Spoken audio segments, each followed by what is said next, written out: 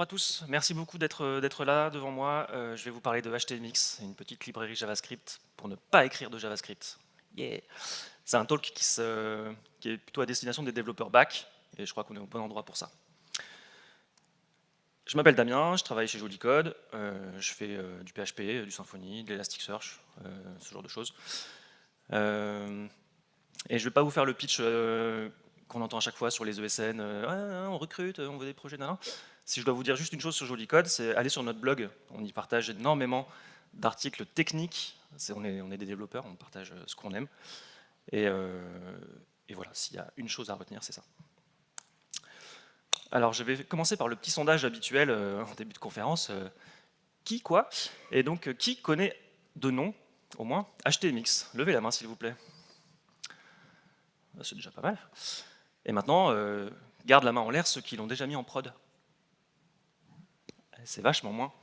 En fait, HTMX jouit d'une réputation assez importante parce que ça a beaucoup buzzé sur Internet, ça a beaucoup fait de bruit, mais finalement, peu de gens le connaissent et j'espère qu'à la fin de ce talk, tout le monde connaîtra HTMX et saura si oui ou non c'est la bonne solution pour son projet. Donc je vais commencer par vous présenter la lib, à quoi elle sert, etc., les problèmes qu'elle résout. Ensuite, je vous mettrai du concret devant les yeux avec des petites démos de fonctionnalités dont on a besoin tous les jours et qui peuvent être implémentées avec HTMX. Puis à la fin, on essaiera de peser les pour et les contre. Est-ce que c'est une bonne lib pour votre projet ou non?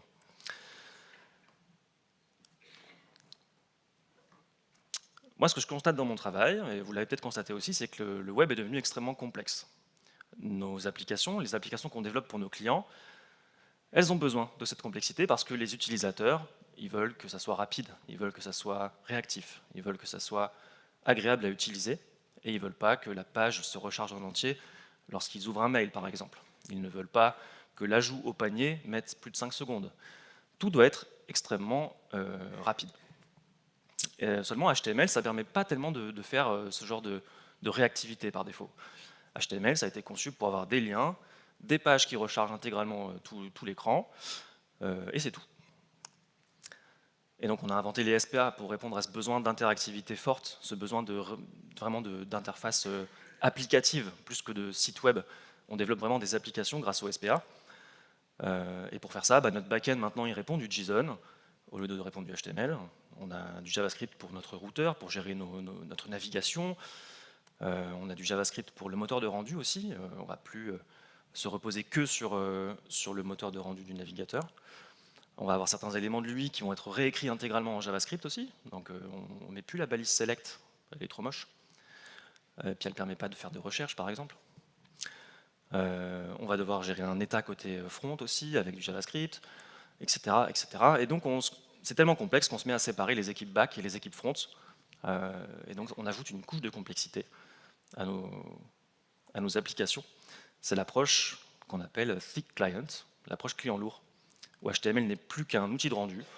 Tous les comportements applicatifs sont développés en JavaScript. On passe un contrat entre notre back et notre front pour pouvoir quand même communiquer, savoir comment sont nommées les différentes propriétés, quelles sont les modifications qu'on peut faire, quelles sont les actions possibles. Et donc on se retrouve avec une application qui est développée en tant que véritable plateforme, avec un back, un front, une API, un contrat, etc. Et tout repose sur JSON. L'approche HTMX est très différente. Avec HTMX, on enlève toute cette couche applicative qu'on a rajoutée par-dessus HTML, et on va plutôt enrichir HTML avec des fonctionnalités qui vont permettre de rendre notre page interactive. HTML va être traité comme HTOAS, Hypermedia as an Engine of Application State, un nom qui vous parle peut-être. L'idée, c'est que notre state applicatif va uniquement vivre au back, et le back va donc répondre que du HTML, et il n'y aura plus rien dans le front. HTMX a été créé par Carson Gross en 2020, c'est assez récent, mais en fait c'est surtout une réécriture de Intercooler.js qui date lui de 2013, c'était en jQuery, etc. Et donc dans les années 2020, 2021, 2022, HTMX a fait beaucoup de bruit parce que Carson Gross, c'est un gros rigolo, et il postait plein de mèmes sur Internet Et ça a permis à HTMX de décoller juste avec des mèmes sur Internet. Le nombre de stars sur GitHub était régulièrement le top star de l'année dans les projets JavaScript. HTMX, c'est un projet tout petit, il y a 0 dépendance. Au niveau du code, même, c'est un seul fichier. Donc ça, on aime ou on n'aime pas. C'est assez particulier lorsqu'on veut contribuer et qu'on ouvre cette espèce d'énorme soupe. Ça fait un peu peur. Et ça pèse que 50 kilobytes.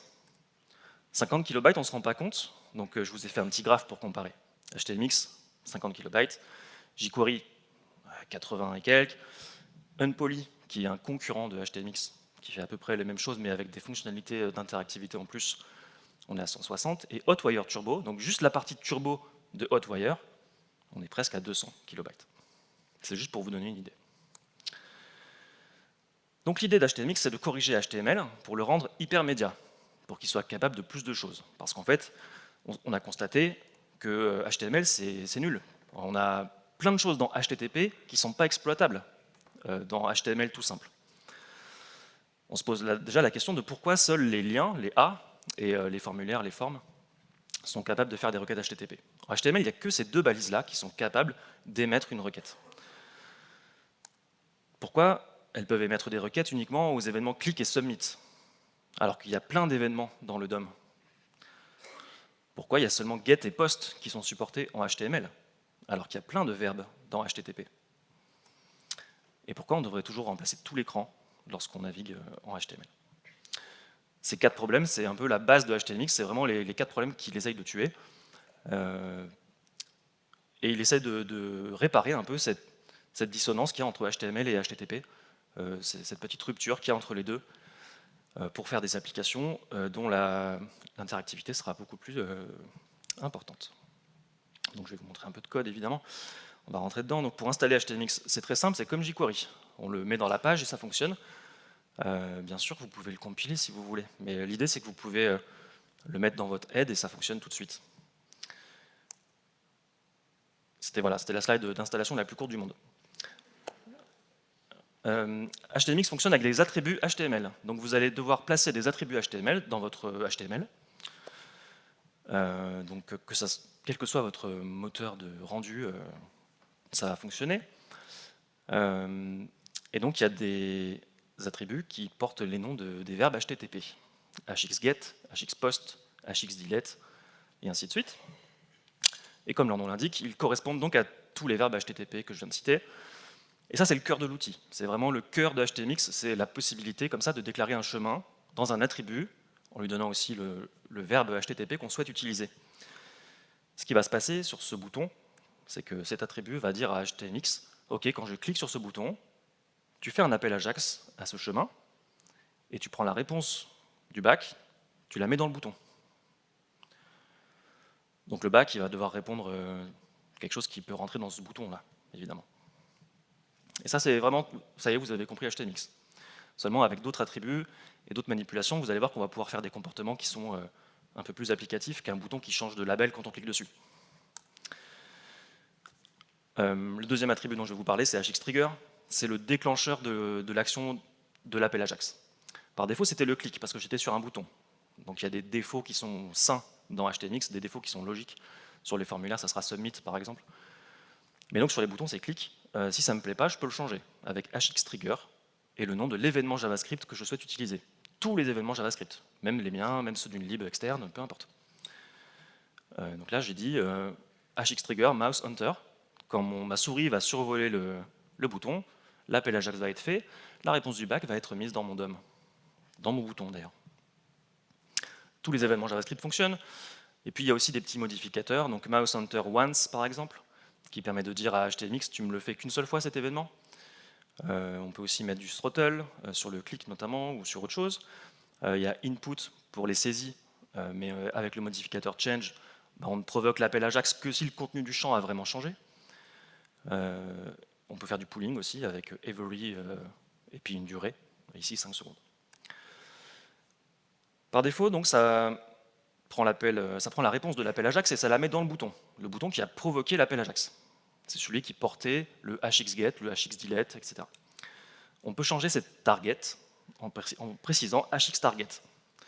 Ici, j'ai mis un hxTarget avec un sélecteur CSS qui pointe vers une div, qui est la div que je peux avoir n'importe où dans ma page, et le contenu de ma réponse Ajax va être collé dans cette div. Donc je peux mettre à jour avec un bouton qui est en bas de page, quelque chose qui est dans le menu, quelque chose qui est ailleurs. Il n'y a pas de proximité nécessaire. Il n'y a pas de notion de composant, on peut aller modifier tout ce qu'on veut. Donc il n'y a pas d'encloisonnement particulier. Par défaut, ça fait du inner HTML sur l'élément. Donc sur le bouton, par exemple, ça changeait le label du bouton, enfin son contenu. Si on voulait remplacer le bouton intégralement, on devrait dire à HTMX, le swap va devoir être fait différemment. Pour ça, donc, on utilise l'attribut hxSwap, qui a plusieurs valeurs. C'est toutes les valeurs qu'on a en JavaScript, hein, outer HTML, after begin, before end, after end. Il y a aussi d'autres valeurs possibles, comme delete, none, inner title true, ce genre de choses. On ne va pas rentrer dans le détail de toutes ces valeurs.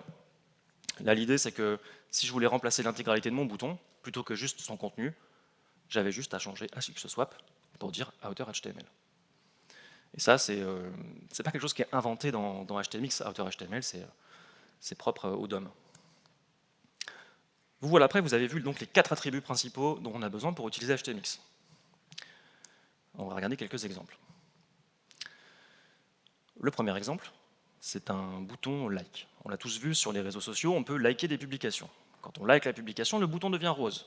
Si je rafraîchis la page, le bouton est toujours rose, parce que le back, il sait que j'ai liké cette publication. Le back ou le state que j'ai téléchargé en JSON, peu importe. Donc pour faire ce bouton, c'est un toggle de est-ce que j'ai liké, est-ce que j'ai pas liké. On pourrait bien sûr le faire en JavaScript, avec un endpoint en JSON, du fetch, et tout le tralala, mais en fait, on va pas faire ça du tout, on va le faire en HTMX. Donc je vais HTMXifier, c'est un verbe que je viens d'inventer, mon bouton. Transformation, vous voyez, j'ai ajouté 2 attributs sur ce bouton. Un hxPost, qui pointe vers une route qui va se charger de faire ce toggle en base de données. Oui, cette publication est likée, oui, elle ne l'est plus. Et un hxSwap pour remplacer le bouton intégralement, ce qui va me permettre de changer son état, il sera rose quand il aura été cliqué. Côté back-end, donc là c'est un exemple en Symfony, mais bien sûr c'est complètement agnostique. On peut faire Laravel, Go, tout ce que vous voulez. Ce n'est attaché à aucun back-end particulier, HTMX. Côté back-end, ma route elle est très simple, c'est un post. Je sauve mon état dans une session pour pas m'embêter, c'est une démo, mais vous comprenez l'idée. Et dans ma réponse, plutôt que de rendre toute la page, je fais juste un render block de mon template complet. En fait, j'avais un template complet pour cette page-là. Render block, c'est une petite fonction qui est disponible, qui est très pratique, qui permet de rendre juste un bloc twig. Et dans ce bloc twig, je passe la valeur de est-ce que c'est liké ou pas. Voilà. Du coup, plutôt que de faire la base de données vers du JSON, vers du JavaScript, vers du HTML, je fais directement de ma base de données vers du HTML. Et ça, c'est un des mèmes qui a permis à HTMX d'être très populaire. Voilà. J'ai fait que copier. Donc là, sur mes démos, vous allez toujours voir sur le côté droit les réponses du back-end. Et donc là, je peux cliquer, normalement, vous voyez ma souris. Pas du tout. Je crois que j'ai un bouton pour vous montrer ma souris. Bon. Pourquoi là et là, on ne voit pas la même chose? Ah, je sais. Ok, on va faire comme ça. Ça y est, j'ai ma souris qui est là. Donc c'est un bouton. J'ai cliqué dessus. L'état n'a pas changé, évidemment. Voilà. C'est l'effet démo. Donc j'ai cliqué plusieurs fois dessus et vous voyez, le back qui répond à chaque fois un nouveau template avec une classe CSS qui change. Et c'est tout. J'ai mon toggle, est-ce que j'ai liké la publication qui est développée, et j'ai pas écrit une seule ligne de JavaScript. Et ça, moi, ça me fait vachement plaisir. J'ai rien contre JavaScript, mais quand même, c'est qu'un bouton. Et les animations dans tout ça, vous avez peut-être remarqué que le bouton, enfin le cœur, il y avait un espèce de fading dessus. Le rose, il n'était pas instantané. Comment j'ai fait ça? Normalement, lorsqu'on fait du outer HTML, les animations CSS, il n'y en a pas. Le DOM a besoin d'être conservé pour ça. Et bien dans HTMX, ils ont une petite astuce. Ils font du morphing. Si vous avez un ID sur votre élément, l'élément ne sera pas détruit et donc les animations CSS vont pouvoir fonctionner. Donc simplement en ajoutant un ID sur mon bouton, lorsqu'il est remplacé, HTMX se charge de faire le morphing correct pour garder et donc pour faire fonctionner mes animations CSS. J'enchaîne les exemples comme ça, et puis voilà. Une autre fonctionnalité qu'on développe tous, c'est le Search as You Type. Donc on a un input de recherche, et on a besoin que les résultats se mettent à jour instantanément lorsque l'utilisateur fait sa saisie. Parce que c'est plus confortable pour l'utilisateur que de devoir tout écrire et ensuite faire entrer ou submit. L'idée de ça, c'est qu'on va juste faire une recherche d'emoji, donc on a un input de type search, un contrôleur Symfony et une vue qui liste les résultats. Donc rien de particulier, on va le faire d'abord en full back-end, full Symfony, Twig à la papa. Et donc on a un contrôleur qui récupère la requête et qui fait un render avec les résultats. Et dans ma vue, j'ai une boucle for qui loupe sur mes emojis et c'est tout. Et puis j'ai bien sûr un input, un form, etc. On va zoomer un peu sur le Twig. Vous voyez, c'est un formulaire classique et donc il fonctionne lui. Il est tout à fait valide. Par contre, ça recharge la page intégralement à chaque fois que je veux faire une recherche. Donc je vais le HTMXifier avec 4 attributs. Donc un hxget sur ma route de recherche, un hxtrigger input changed avec un délai de 200 millisecondes. Donc c'est à chaque fois que la recherche change, mais je me rajoute un petit délai de 200 millisecondes parce que en fait, les gens ils tapent vite et j'ai pas envie de les spammer avec des résultats qui flashent dans tous les sens. hxtarget qui sera search result, c'est ma liste de résultats. Je ne veux pas forcément remplacer tout le formulaire, je veux remplacer que les résultats. Et hxpush URL true, c'est un attribut qui va me permettre de dire à HTMX, l'URL que tu as utilisée pour l'appel Ajax, tu vas la pusher dans l'historique et dans la barre d'adresse. Ce qui veut dire que la barre d'adresse va se mettre à jour pendant que j'écris, et que si je rafraîchis ma page, donc, j'aurai bien les mêmes résultats que ce que j'avais à l'instant où j'étais sur ma page en train de chercher. Côté back-end. Donc ça, c'est le back-end pur Twig. Pour le HTMXifier, à chaque fois, il faut que je réfléchisse quand je dis ça, j'ai envie de faire un rendu qui est différent en fonction d'où vient la requête. Si la requête vient d'HTMX, j'ai envie de rendre que les résultats. Si la requête vient d'ailleurs, j'ai envie de rendre toute la page. Donc avec son formulaire, son header et tout le tralala. Pour ça, j'utilise un as sur la liste des headers HTTP. En fait, sur toutes les requêtes Ajax que HTMX va envoyer, vous aurez des headers. Vous allez notamment avoir qui a provoqué la requête, etc. Enfin, il y a plein d'infos. Et donc, il y a hxrequest qui veut dire est-ce que c'est une requête HTMX ou pas. Et donc, dans ce cas, je peux détecter que oui, c'est une requête HTMX. Je vais faire juste un render block des résultats et pas toute la page. Comme ça, j'optimise à fond ce que j'envoie à mon front. On pourrait aussi renvoyer toute la page et dire à HTMX ne lis que la partie search result, mais ça nous fait gâcher un peu de ressources parce qu'on fait le rendu complet pour rien. Et donc, nous y voilà. Et on va chercher un emoji éléphant. Et donc à chaque fois que j'ai saisi une lettre, ma liste de résultats s'est mise à jour. Et voilà. Et ça, pour info, c'est les emojis qu'il y a dans Symfony Emoji. Oui, il y a un paquet Symfony Emoji.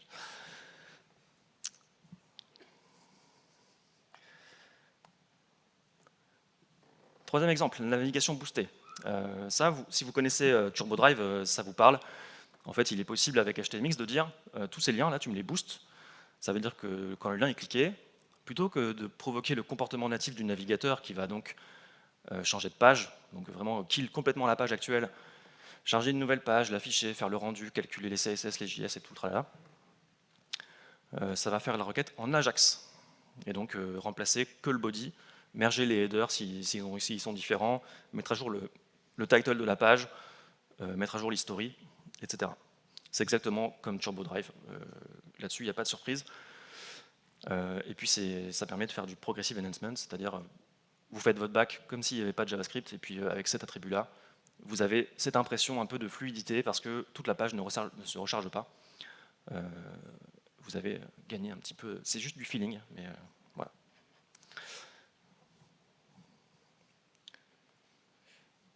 Quatrième exemple, lazy loader une partie de votre page. On a tous eu ce problème où lorsqu'on utilise un serveur de cache un peu puissant, enfin en tout cas lorsqu'on fait du cache agressif sur nos pages parce qu'on a besoin de performance, on ne peut plus utiliser la session, on ne peut plus utiliser de jetons CSRF, on ne peut plus utiliser un état connecté. Parce que sinon, la page qui risque d'être en cache, ça sera marqué bonjour Damien, alors que vous vous appelez Gilles. Ça ne va pas le faire du tout. Bref, tout ce qui est appel à la session, en fait, on ne peut plus le faire lorsqu'on met en cache l'intégralité de notre page. Donc ce qu'on fait pour éviter ça, bien sûr, c'est qu'on utilise les ESI, si on a Varnish ou d'autres choses. Les ESI, c'est les Etch and Include, donc on fait le rendu de la partie bonjour Gilles ou bonjour Damien dans une autre requête HTTP, et c'est Varnish qui fait le collage. Il y a aussi HInclude.js qui permettait de faire ça, qui est toujours documenté d'ailleurs, si vous connaissez. Ou alors on se fait l'appel Ajax à la main, ce qui peut aussi être tout à fait valide. Si on a HTMX, on va juste rajouter hxGet et hxTriggerLoad. Donc j'ai mis en 2 attributs, j'ai au chargement de la page un appel Ajax qui part, et la réponse de cet appel Ajax, elle est posée dans le DOM, exactement dans ma div qui est ici. Donc du coup là c'est pas très visible, mais l'heure qui est sur ma page est chargée depuis le back instantanément au chargement de ma page, ce qui permet donc de pouvoir mettre l'intégralité de ma page dans un cache très agressif. J'aurai quand même une donnée qui est à jour tout le temps sur mon front. Et je peux appeler la session, je peux faire ce que je veux, du coup les cookies sont transmis, il n'y a pas de lézard. Autre fonctionnalité qu'on utilise souvent sur Internet, sur des applications un peu riches, c'est la pagination infinie. Paginer des produits en cliquant sur les petits boutons tout petits, qui sont souvent trop petits, 1, 2, 3, 4, ou alors le bouton suivant, précédent, etc., ça n'amuse personne, à part les robots. Ce qu'on veut leur proposer aux clients, c'est une pagination où quand ils arrivent en bas de page, les résultats suivants s'affichent.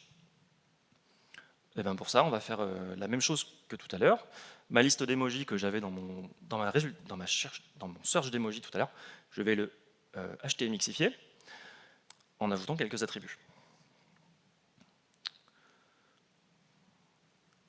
Sur le dernier emoji de ma loop, donc c'est pour ça que je fais un if loop last, et si il reste des pages après cet emoji, je rajoute les attributs hxget de l'URL de la page d'après. Donc je rappelle le Q qui est donc la recherche et je mets un page +1.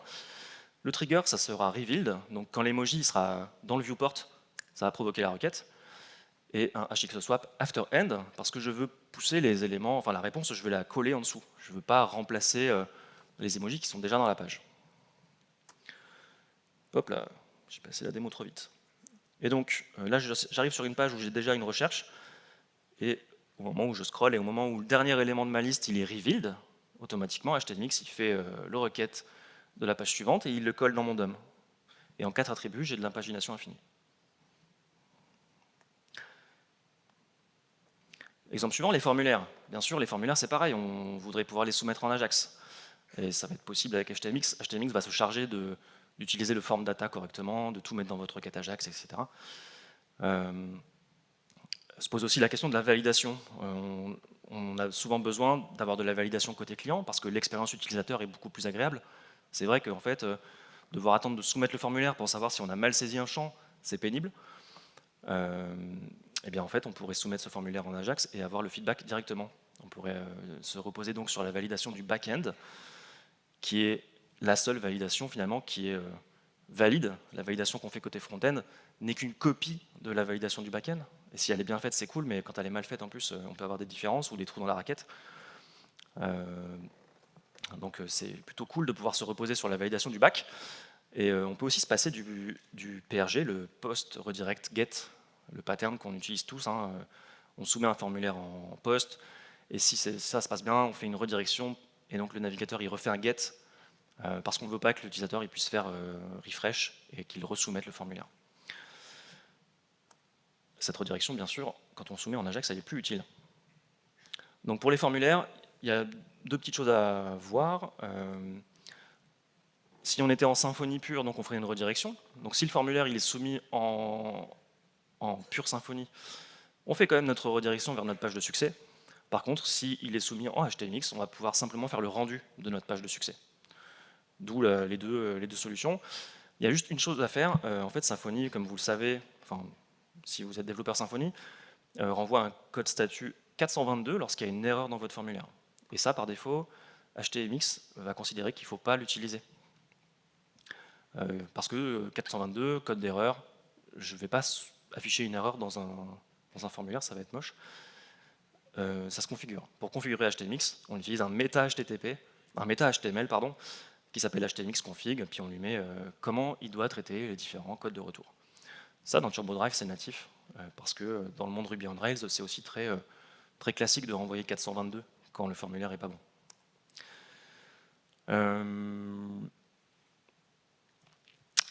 Voilà, et donc pour ajaxifier mon formulaire, ce que je vais faire cette fois-ci, c'est que je vais juste mettre hxBoost true dessus. On aurait pu faire un hxPost et lui dire quelle était la destination et lui dire quoi faire après. Avec hxBoost, on n'a rien besoin de faire, il va tout faire tout seul.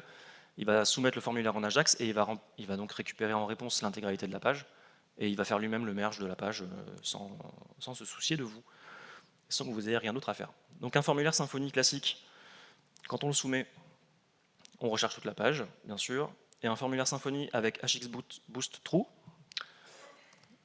quand on soumet, on ne recherche pas toute la page. En tout cas, ce n'est pas visible.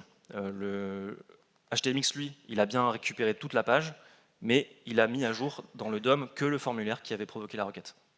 Il n'a pas remis à jour tout le menu, tout le formulaire Symfony qui était à côté, etc.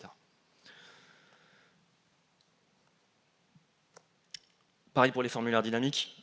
Cette fois-ci, on ne va pas le faire avec un boost, on va le faire avec des attributs. Donc le hxPost, je définis le chemin dans lequel je veux soumettre mon formulaire. Le hxTrigger, on peut trigger dès qu'il y a un changement. En fait, plutôt que de devoir attendre que le formulaire soit soumis, on peut faire change sur form. Et donc on aura une soumission Ajax à chaque changement. Et puis on peut définir le swap, évidemment. Et on peut aussi, il y a une autre astuce aussi avec HTMX qui est parfois utile, c'est qu'on peut aller mettre à jour dans le DOM des éléments qui ne sont pas forcément au même endroit que ce qu'on remplace. Dans votre réponse, vous pouvez placer un hxSwap OOB true et un élément qui a un ID particulier. Ici, j'ai une div qui a l'ID result. Et si ma requête, donc si dans ma réponse j'ai cette div là et que dans ma page il y avait un ID result quelque part, et bien, ce contenu-là va être placé, va être remplacé dans ma page.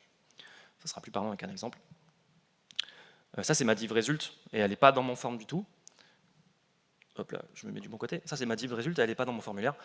À chaque fois que je vais faire un changement ici, le formulaire est soumis en Ajax. Mon back il répond que le formulaire parce que c'est comme ça que je l'ai fait. Dans ma réponse, vous voyez, je remets aussi tous mes attributs, bien sûr, parce que je veux qu'HTMX il rebind correctement les événements qui vont dessus. Et donc mon résultat ici s'est mis à jour parce que dans ma réponse, en plus de mon formulaire, j'avais rajouté une div avec l'ID result et un swap OOB true, out of bound. C'est ça que veut dire OOB. Et donc je peux en avoir autant que je veux. Donc une réponse Ajax peut aller mettre à jour 4 trucs ou 5 trucs dans ma page. Ça c'est à vous de voir. Je ne recommande pas forcément d'utiliser HTMX comme ça à fond avec des modifications dans tous les sens, mais on va en parler plus tard. HTMX supporte aussi des plugins, il y a notamment les server-side events, donc on peut se connecter à Mercure avec HTMX et afficher tout ce que le serveur Mercure nous retourne dans une div. Tout ça, ça se fait nativement avec 2 attributs. Donc voilà, j'ai fini avec mes exemples, j'aimerais vous parler de quelques astuces si vous utilisez HTMX un jour. Il y a plusieurs façons de faire la même chose en fait en HTMX. On a vu là, il y avait du boost, des fois je mettais les attributs en entier, des fois je dis à mon backend de retourner qu'un bloc, et des fois je lui dis de retourner l'intégralité de la page. Comment on s'y retrouve? Comment on sait quelle est la bonne façon de faire un comportement en HTMX? On ne sait pas. C'est à vous de décider. Et là, par contre, vous allez devoir mettre en place des bonnes pratiques dans votre équipe. Il faut trouver ce qui vous plaît dans votre équipe de développement et essayer de vous tenir à une seule façon de faire pour pas que votre code devienne une soupe énorme, comme si vous faisiez du jQuery. Il y a plein d'événements qui sont triggers par HTMX sur lesquels on peut se brancher, parce que bien sûr, on ne va pas être interdit d'écrire du JavaScript. Parfois, on a besoin de comportements qui sont différents. Donc avec HTMX log all, vous verrez tous les événements et ça vous permet de découper la requête en plein d'étapes. Il y a avant le swap, après le swap, avant la requête, etc. Il y a un support complet dans PHP Storm. De toute façon, vous allez être prompté dès que vous mettez un attribut hx quelque chose, il va vous dire hey, tu veux activer le support de HTMX et pensez vraiment différemment à la gestion de vos erreurs. Il ne faut plus que votre back il réponde une 404 ou une 500 de la façon... si la requête elle vient d'HTMX, il va falloir répondre une 200, quoi qu'il se passe. Ça peut être un peu particulier. Sinon, la réponse ne sera juste pas affichée, quoi. Et le comportement pour l'utilisateur, il sera vraiment bizarre. Il aura cliqué sur un bouton, il ne va rien se passer. Donc il faut essayer de retourner une 200 avec quelque chose de clair. Il y a plein d'autres features dans HTMX. On peut contrôler le scroll, on peut synchroniser plusieurs requêtes entre elles, on peut se brancher sur des événements, comme je le disais. On peut afficher un loader, donc c'est le indicator. Il y a de l'héritage, il y a des extensions. Ok, vous avez compris le délire, c'est une petite lib, mais très puissante. Hop là. Mais quand l'utiliser? C'est adapté aux petits projets, je pense. De mon expérience personnelle, c'est très bien si votre application elle est un peu cruddy, du bon vieux REST, quoi. Si vous avez principalement des pages de texte, des formulaires, une application back-end, bah, très très vite, votre application back-end avec quelques attributs, vous en faites une application beaucoup plus réactive, beaucoup plus sympa à utiliser. Par contre, si vous avez beaucoup d'interdépendance dynamique dans tous les sens, si vous avez besoin de offline ou si vous avez des infos à l'écran qui bougent beaucoup, si vous développez un spreadsheet-like, bien sûr, ce n'est pas du tout la bonne technologie pour vous. Mes slides, elles passent plus. Hop. En fait, ce qui est intéressant avec HTMX, et ce pourquoi moi j'aime bien, c'est qu'en tant que développeur back-end, je vais pouvoir aller gratter un peu des fonctionnalités qui auraient d'habitude nécessité un développeur front, qui aurait d'habitude nécessité une couche de Webpack avec des contrôleurs stimulus, avec plein de choses que moi-même je n'ai pas spécialement envie d'écrire. Chacun ses trucs qu'il aime bien, quoi. C'était très mal dit.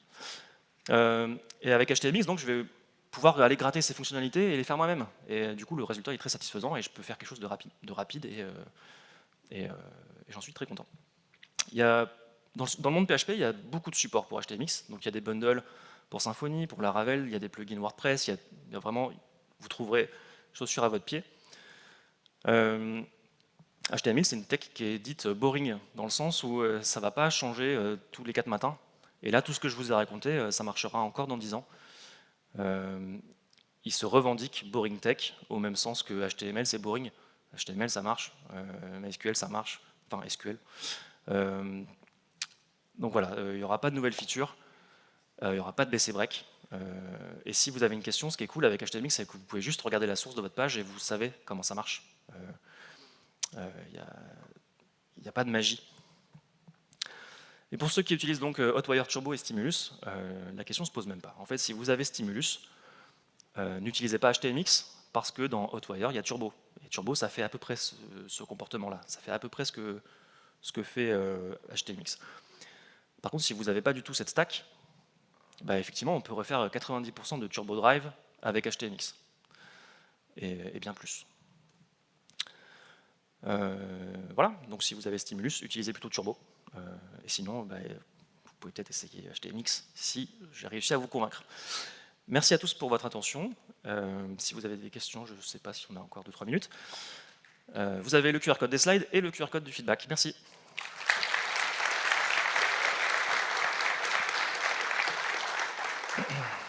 Merci beaucoup. Effectivement, on a le temps pour des questions, donc de l'autre côté.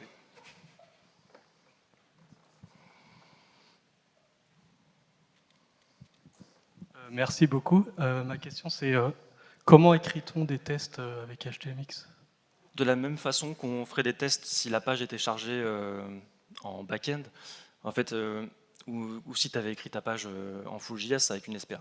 Si tu avais donc un front Full.js, tu serais obligé d'utiliser un Playwright ou vraiment un outil qui utilise un navigateur pour aller tester tes pages.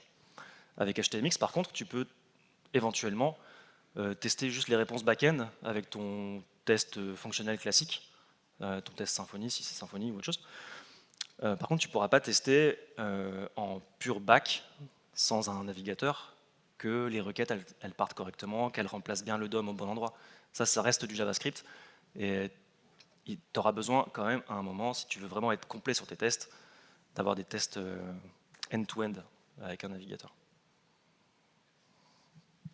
Est-ce qu'on a d'autres questions? Au fond, là-bas. Ça te fait courir.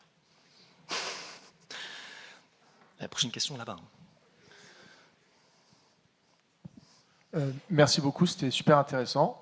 Ça fait longtemps que je voudrais l'essayer, j'ai jamais eu l'occasion. J'ai une question peut-être un peu bizarre. Pourquoi, d'après toi, c'est pas plus populaire? Parce que ça a l'air vraiment super puissant et super pratique. Ah bah moi je trouve que c'est déjà plutôt populaire. Ce qui se passe, c'est assez peu mis en prod en fait. Parce que si on l'a pas mis dès le début d'un projet, bah, c'est trop tard. On a déjà notre soupe de JavaScript et personne n'a le temps de s'amuser à tout réécrire. En tout cas, c'est comme ça que je le conçois. On a peur aussi d'être limité par les fonctionnalités d'HTMX, je pense. Et c'est pour ça que les concurrents valent la peine d'être regardés.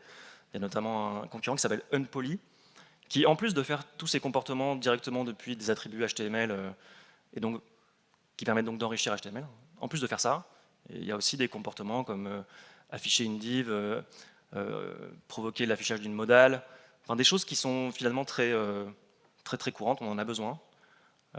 Et donc ça couvre les deux aspects. Ça couvre les aspects UI et appel Ajax rafraîchissement. Peut-être que ça a plus de succès en prod, ce genre de projet. En tout cas, j'ai assez peu de stats sur l'usage de HTMX. Par contre, en termes de star GitHub, ils sont loin. Voilà, c'est tout ce que je peux répondre. Est-ce qu'on a d'autres questions?